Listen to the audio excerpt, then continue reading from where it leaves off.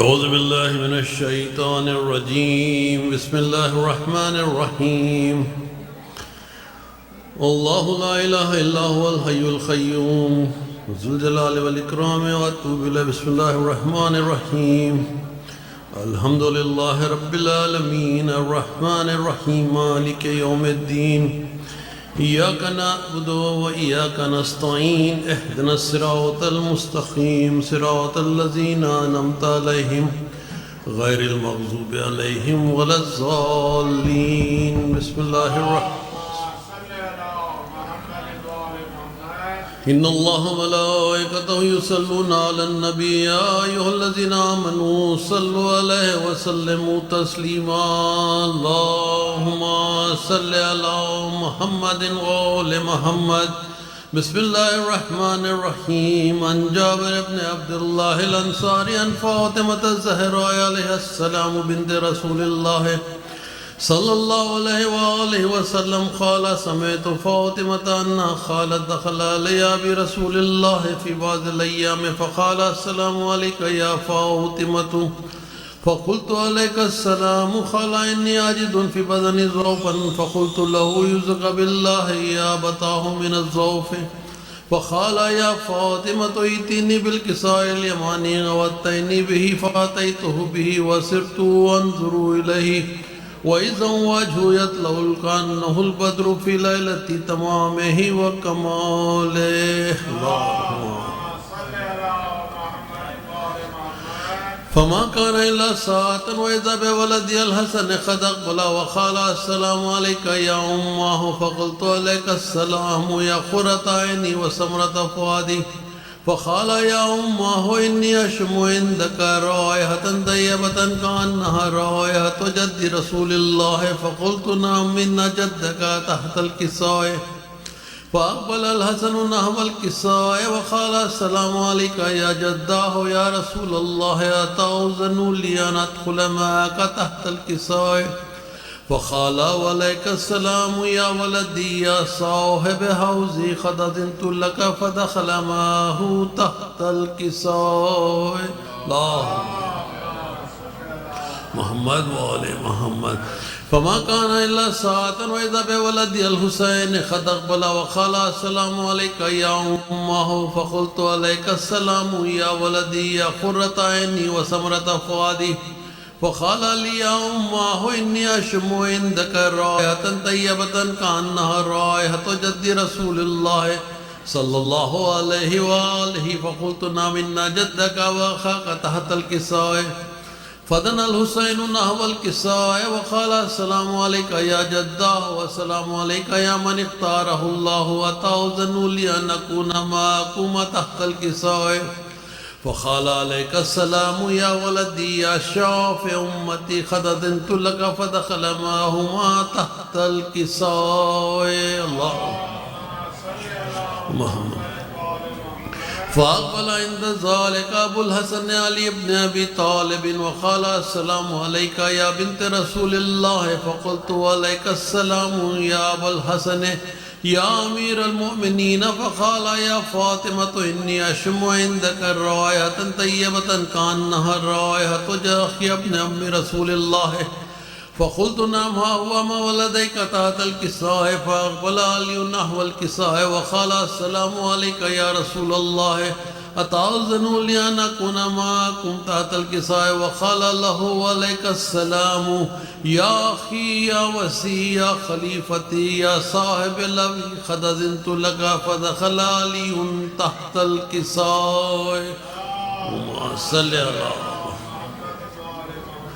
ثم أتيت نحو الكساء وقلت السلام عليك يا أبتاه يا رسول الله أتأذن لي أن أكون معكم تحت الكساء فقال وعليك السلام يا بنتي يا بزتي قد أذنت لك فدخلت تحت الكساء فلما اكتملنا جميعا تحت الكساء أخذ بيد رسول الله بطرف الكساء وأمي بيده اليمنى إلى السماء وقال اللهم إن هؤلاء أهل البيت وخاصتي وهامتي لهم لهمي ودمهم دمي يؤلمني ما يؤلمهم ويحزنني ما يحزنهم أنا هرب لمن هربهم وسلم لمن سلمهم وعدو لمن عاداهم ومحب لمن أحبهم إنهم منا وأنا منهم فاجعل صلواتك وبركاتك ورحمتك وغفرانك ورضوانك علي وعليهم أذهب عنهم الرجس وطهرهم تطهيرا الله صل على فقال الله عز وجل يا ملائكتي ويا سكان السماوات إني ما خلقت سما مبنية ولا أرضا مدهية ولا خمرا منيرا ولا شمسا مزية ولا فلكا يدور ولا بحرا يجري ولا فلكا يسري إلا في محبة هؤلاء الخمسة الذين هم تحت الكساء فقال الأمين جبرائيل يا رب ومن تحت الكساء فقال عز وجل هم أهل البيت النبوة ومعدن الرسالة هم فاطمة وأبوها وبألها وبنوها اللهم صل على فقال جبرائيل يا رب أتأذن لي أن أهبط إلا الأرض لأكون معهم سادسا فقال الله نعم قد أذنت لك فهبط الأمين جبرائيل وقال السلام عليك يا رسول الله علي الله لا يخرجك السلام ويخصك بالتحية والإكرام ويقول لك وعزتي وجلالي إني ما خلقت سما مبنية ولا أرض مدهية ولا خمرا منيرا ولا شمسا مزية ولا فلكا يدور ولا بحر يجري ولا فلكا يسري إلا لأجلكم ومحبتكم وقد أذن لي أن أدخل معكم فهل تأذن لي يا رسول الله فقال رسول الله وعليك السلام يا أمين وهي الله إنه نعم قد أذنت لك فدخل جبرائيل معنا تحت الكساء فقال لأبي إن الله أخذها إليكم يقول إنما يريد الله ليذهب عنكم الرجس أهل البيت يطهركم تطهيرا فقال علي لأبي يا رسول الله أخبرني ما لجلوسنا هذا تحت الكساء من الفضل عند الله فقال النبي والذي بعثني بالحق نبيا واصطفاني بالرسالة نجي ما ذكر خبرنا هذا في محفل من محافل أهل الأرض وفيه جم من شيعتنا محبنا إلا ونزلت عليهم الرحمة وحفت بهم الملائكة واستغفرت لهم إلى أن تفرقوا فقال علي نظم الله فزنا فاز الشيطان ورب الكعبة فقال النبي ثانيا يا علي الذي بعثني بالحق نبيا واصطفاني بالرسالة نجي ما ذكر خبرنا هذا في محفل من محافله أهل الأرض وفيه جم من شيعتنا محبين وفيه مهموما الله وفرج الله همه ولا مغموما إلا وكشف الله غمه ولا طالب حاجة إلا وخزي الله حاجته وقال علي نظم الله فزنا وسويدنا وكذلك شيعتنا فازوا وسويدوا في الدنيا والآخرة ورب الكعبة صلی اللہ محمد وعلی محمد وعجل فرجہم جزاک اللہ یہ دے سید محمد اور اپنا سمت دوں گا لطف نقوی کو سلام اور مرثیہ پیش کریں گے لطف نقوی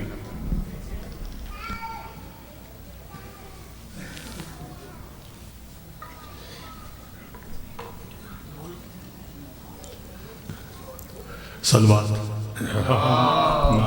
صلی اللہ محمد وعلی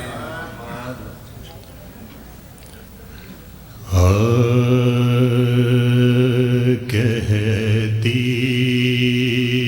تھی یہی زینب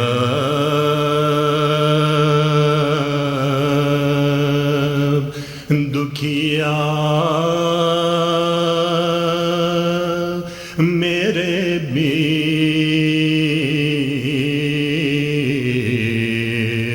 رنوا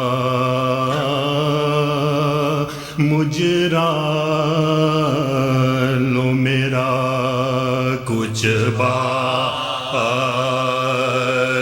کرو میں تو فدا کچھ بات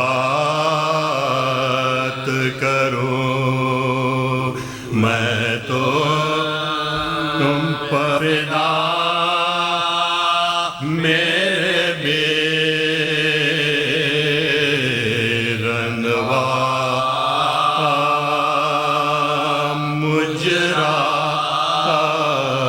لو میرا کہتی میں کو جلی ماں جائی ہو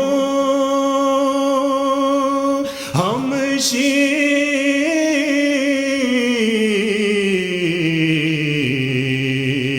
تمہاری بھائی ہو زندہ سے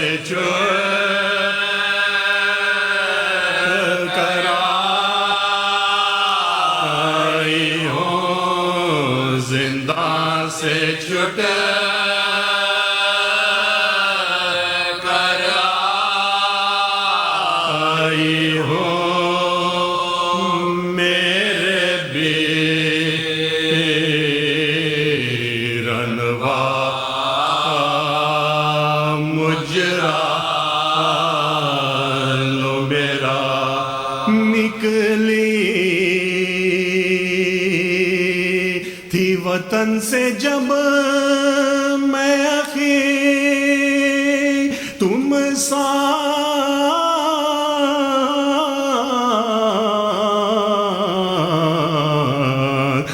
تھے اور کن بات تھا سبھی اب کوئی نہیں تنہا چلے اب کوئی نہیں تنہا چلے میرے بے رنوا مجرا لو میرا اکبر بھی نہیں عباس نہیں قاسم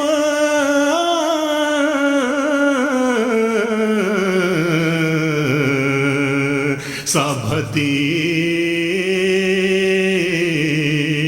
جا پاس نہیں اب مجھ کو کسے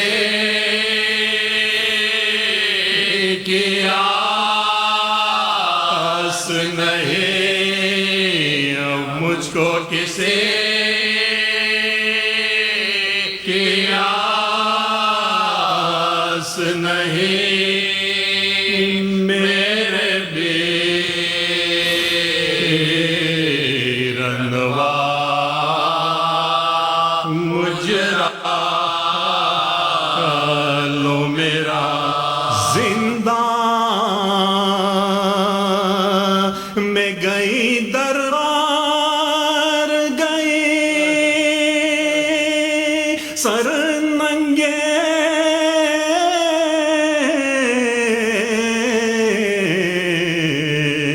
سرے بازار گئی بن تیرے ذلیل و خوار گئی بن تیرے ذلیل و خوار گئی میرے بے رنوا مجرا لو میرا پوچھے گی اگر مجھ سے صغرا ہے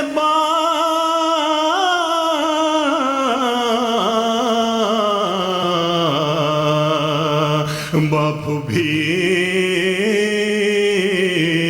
کس جا میرا کیا اس سے کہوں بولو بھیا کیا اس سے کہوں بولو بھیا میرے بے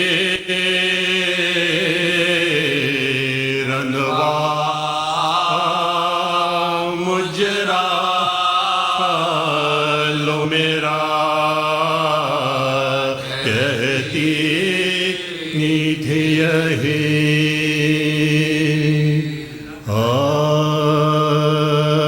وطن میں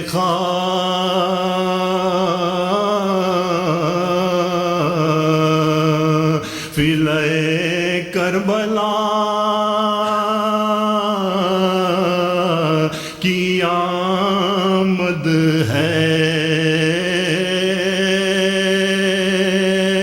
سواریے حرم مصطفیٰ کی آمد ہے یتیم سرورے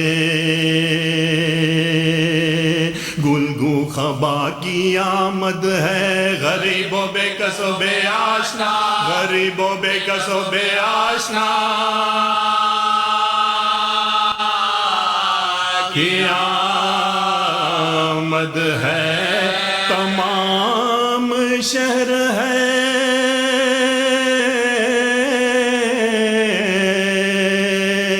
شائخ علی کے پیاروں کا نبی کے روزے پہ مجمع ہے نبی کے روزے پہ مجمع ہے دوزداروں کا سنا تھا جب سے کہ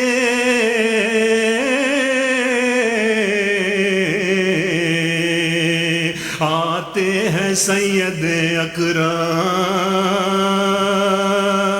خوشی سے فاطمہ صغرا کا تھا جب عالم کبھی تو جھکتی تھی سجدے میں وہ بدی دینم کبھی یہ کہتی تھی کیوں نانی جا کبھی یہ کہتی تھی کیوں نانی جا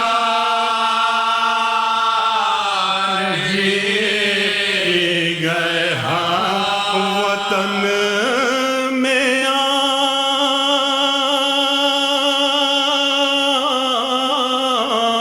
آج چہے مشرقین آتے ہیں چلو چلو میرے بابا حسین چلو چلو میرے بابا چلو چلو میرے بابا حسین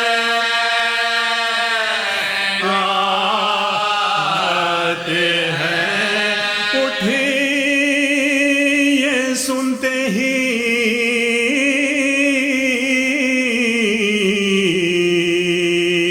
ام البنی بشوق تمام گئی جو متصلے روضہ رسول انام سنا یہ شور کے لو آئے شاہ عرش مقام نظر وہ آتا ہے دیکھو نشان نظر وہ آتا ہے دیکھو نشان فوج امام بڑے شکوں سے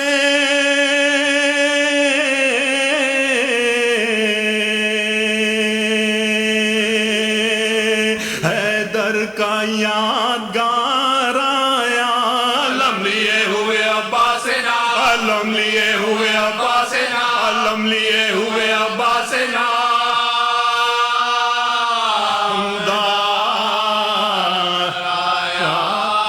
یہ نوحہ پڑھتا تھا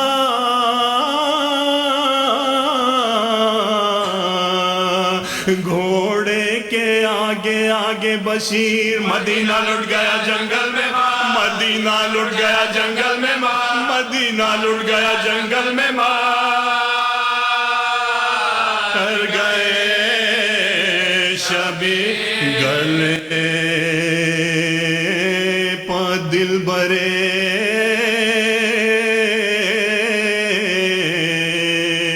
زہرا کے چل گئی شمشیر کیا شہید غریب الوطن کیا شہید غریب الوطن کو بے تقصیر پڑا رہا جو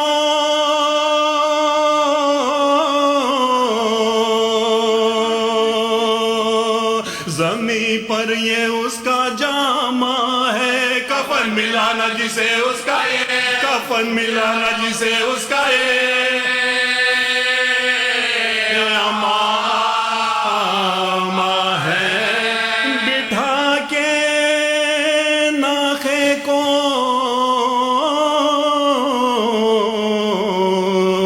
سجادے ناتواں اترے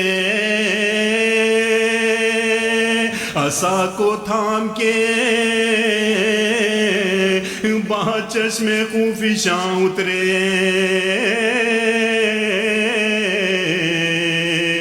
قریب مرخد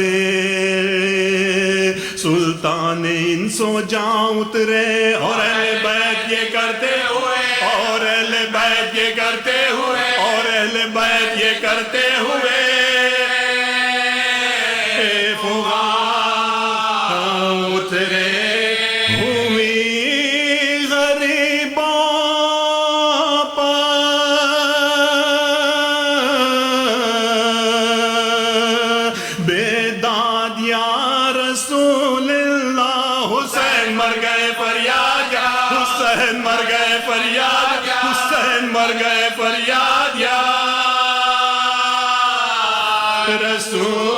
رسول اللہ بڑا ستم کیا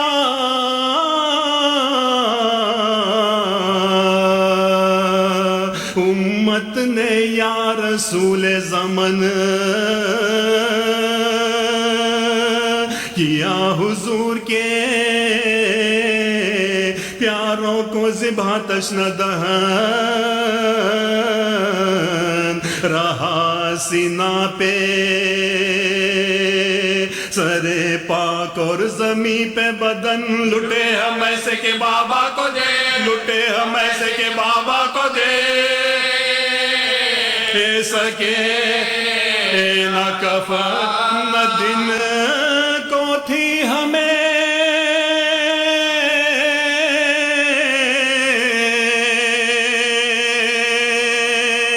راحت نہ چین راتوں کو جکڑ دیا درسن سے جکڑ دیا درسن سے جکڑ دیا درسن سے ہمارے ہاتھوں کو گئی لحد پہ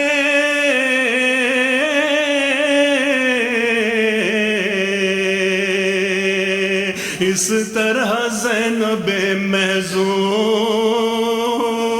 کہ ایک ہاتھ میں شہ کا مامے پرخون اور ایک ہاتھ میں حضرت کا جامع گلگوں زباں پہ مرثیہ جس کا زباں پہ مرثیہ جس کا گزا مضمون یزید نے ہمیں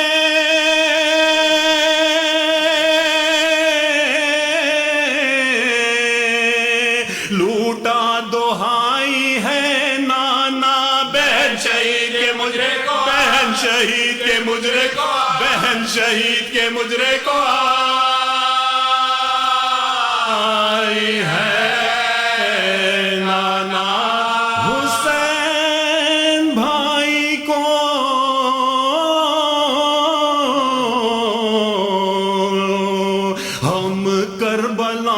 چھوڑائے علی کے لال کو دشت بلا میں چھوڑائے یتیم فاطمہ کو نینوا میں چھوڑائے تمہارے چاند کو خاک شفا تمہارے چاند کو خاک